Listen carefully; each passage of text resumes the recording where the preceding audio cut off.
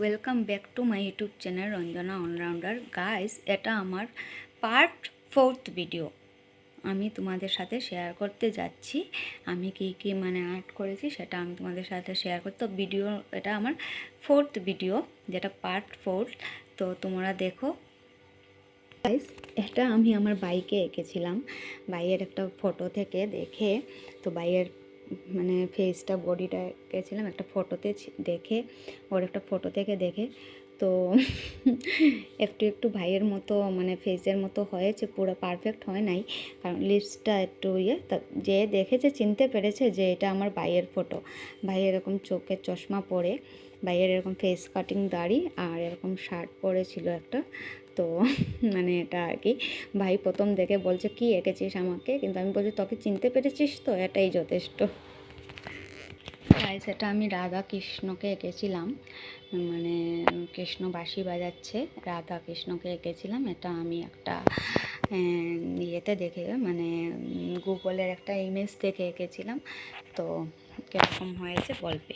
Guys, এটা আমি সীতা মাকে এঁকেছি। সীতা মাতা আমাদের যিনি অগ্নি পরীক্ষা দিয়েছিলেন, তো অগ্নি পরীক্ষা যা ইমেজটা আমি এটাও আমি গুগল থেকে দেখে এঁকেছি। পুরা পারফেক্টলি হয় নাই, অল্প অল্প। তোমরা কেমন হয়েছে বলবে, একটু ট্রাই করেছিলাম। পয়লা বৈশাখ আমাদের বাঙালিদের নতুন বছর, যেটা স্টার্ট হয় পয়লা বৈশাখ থেকে। তো আমাদের বাঙালির যে বছর স্টার্ট হয়, তো ওই দিন আমি গণেশ ঠাকুরকে এঁকেছিলাম। তো কেমন হয়েছে বলবে। গাইস, এটা হলো দুর্গা মার আরেক রূপ, তো কমলাক্ষী দেবী। তো এটাও আমি গুগলে একটা ফটো দেখে এঁকেছিলাম। তো এটা কেমন হয়েছে বলবে।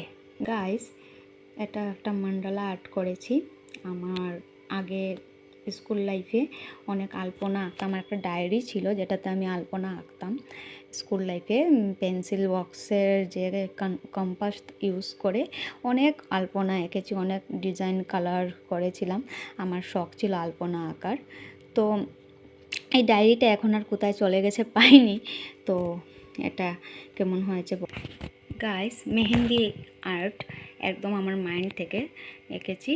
তো আমার মেহেন্দি খুবই ফেভারিট, নিজেও হাতেও দিতে খুব ভালো লাগে। নিজে আর্ট করি, মেহেন্দি আর্ট তেমন পারি না, কিন্তু আমার মেহেন্দি খুবই প্রিয়। আর এটা একদম আমার মাইন্ড থেকে এঁকেছি। এই যে মেহেন্দি, তারপরে এই যে মনীষা আমার নাম লিখে ময়ূরপঙ্খ, তারপরে এই যে ময়ূর এঁকেছি, সেটাও আমার মাইন্ড থেকে এঁকেছি। তো কেমন হয়েছে তোমরা বলবে। ইয়েস গাইস, এটা একটা বলতে পারো মেসেজ দেওয়ার আর্ট, যেটা করোনার সময় এঁকেছিলাম। করোনা যখন হয়েছিল, তখন পৃথিবীর এই দশা, এই যে গাছপালা আমরা কেটে ফেলি, তার জন্য যে আমাদের কতটুক প্রবলেম হয়, আর ফিউচারে আরও কত প্রবলেম হবে। তারপরে আবর্জনা আমরা চারিদিকে এইরকম যেখানে সেখানে আবর্জনা ফেলে রাখি, আমাদের চারিদিকে পলিউশন, করোনা, তার হাত থেকে বাঁচানোর জন্য বজরং বলি, উনি সঞ্জীবনী যেরকম পাহাড় নিয়ে গিয়ে আসছিলেন, এমনই উনি আমাদের পাহাড়, সঞ্জীবনী পাহাড় বজরংবলী নিয়ে যাচ্ছেন। তো তখন আর কোনো আমরা হিন্দু, মুসলিম, খ্রিস্টান, তখন কেউ সবাই নিজের নিজের ভগবান আল্লাহ যিশুকে আমরা প্রেয়ার করেছিলাম। তাছাড়া আর কোনো আমাদের গতি ছিল না, শুধু ভগবানেরই আশায় ছিলাম। তো ভগবানের আশায় আমরা বেঁচে গিয়েছি।